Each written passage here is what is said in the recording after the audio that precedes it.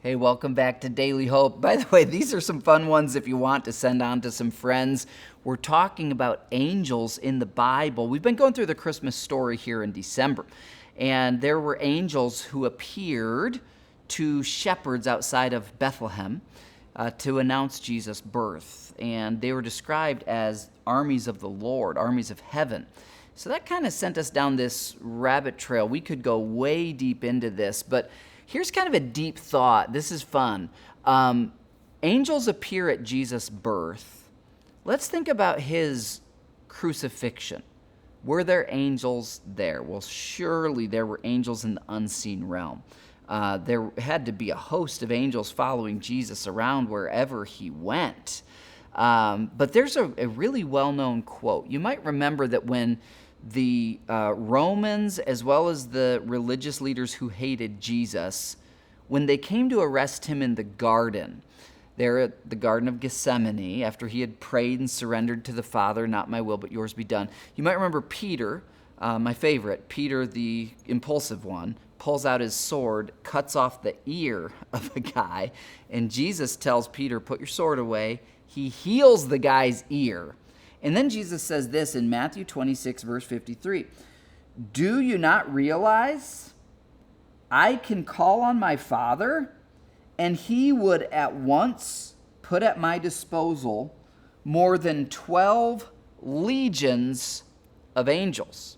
Now, if you add up what a legion is, that was a unit of soldiers in the Roman army. And if you multiply that by 12, you get approximately 10,000. This is where the classic hymn, "He could have called 10,000 angels," comes from.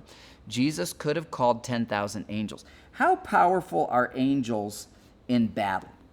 Well, let me show you in the Old Testament a time when just one angel killed 185,000 enemies of God's people. It's in 2 Kings 19. And it says this, that night the angel of the Lord went out and put to death 185,000 in the Assyrian camp. When the people got up the next morning, there were all the dead bodies. Now that's graphic, but think about that. One angel can just wipe out 185,000 people while they sleep. Jesus could have called 10,000 angels to resist all of Jerusalem and all of him being arrested and crucified. And yet, just as much as the angels were there celebrating his birth, could you imagine in the unseen realm what was happening as he's making his way to the cross? It's going to be so fun when we get to heaven and we can kind of rewind time and look and see what the angels were doing. I mean, part of me thinks of like an obedient dog that knows like it's hungry, but it's been told to sit still.